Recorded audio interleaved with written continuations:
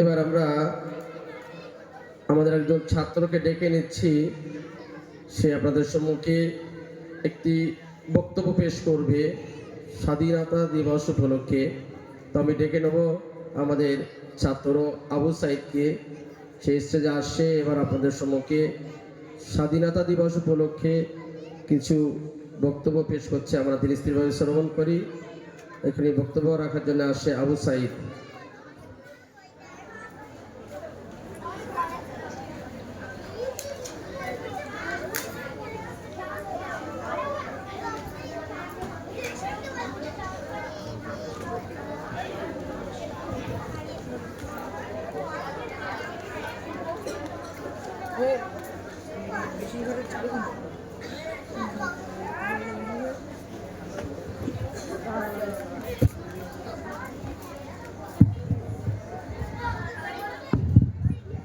السلام عليكم ورحمة الله وبركاته. وعليكم السلام ورحمة الله وبركاته. মুক্ত ভারতী ভারতে কই, আইন যেখানে ন্যায়ের শাসক, সত্য বলিলে বন্দী হই, অত্যাচারিত হয়ে যেখানে বলিতে পারি না অত্যাচারিত। মুক্ত ভারতী ভারতে কই।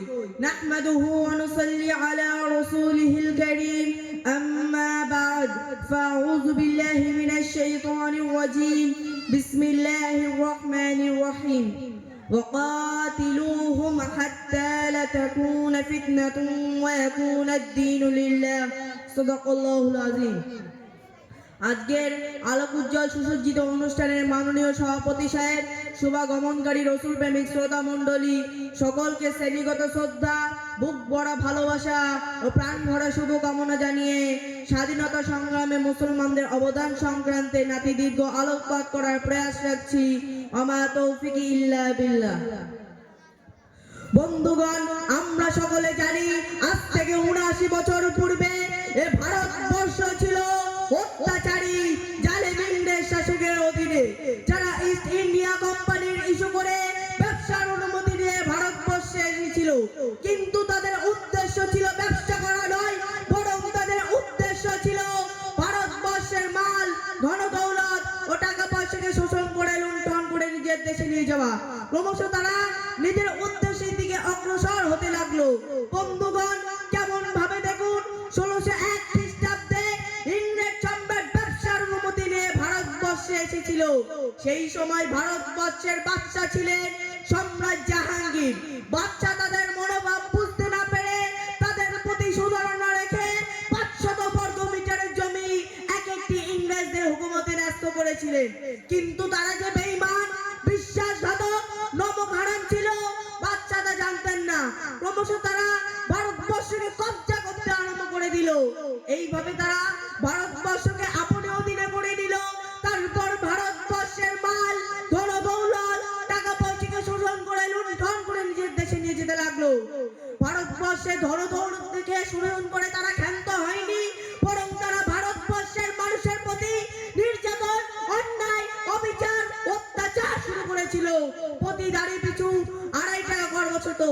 তারা এও ঘোষণা করেছিল যে ভারতবর্ষের মানুষরা জন্মগত হিসাবে ভারতীয়, আইন কানুন, নিয়ম নীতি ও কৃষ্টি কালচার হিসেবে হবে। ব্রিটিশ ও ভারতবর্ষের মানুষের আর ধর্মীয় স্বাধীনতা দেওয়া হবে না। সেই সমস্ত চ্যালেঞ্জের মোকাবিলা করতে এগিয়ে আসলেন বিশ্ববিখ্যাত পণ্ডিত ও দার্শনিকরা।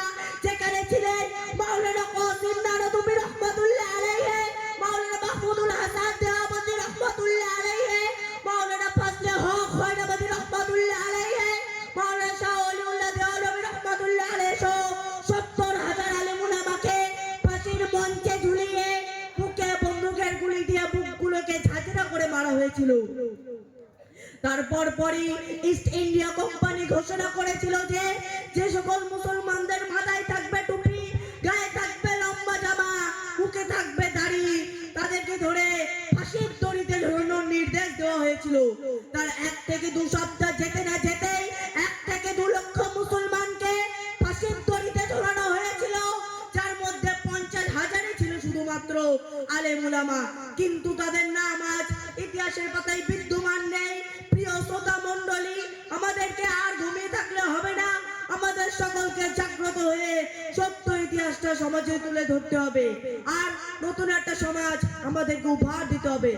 আল্লাহ তাআলা আমাদের সকলকে সত্য ইতিহাসটা সমাজে তুলে ধরার তৌফিক দান করুন। আমিন সুম্মা আমিন ওয়া আখিরু দাওয়ানা আনিল হামদুলিল্লাহি রাব্বিল আলামিন। আসসালামু আলাইকুম ওয়া রাহমাতুল্লাহি ওয়া বারাকাতুহু।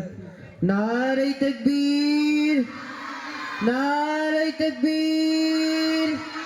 সংগ্রামপুর আন-নুরুদ মুনাজ্জাম মাকতাব, নারে তাকবীর। এবারে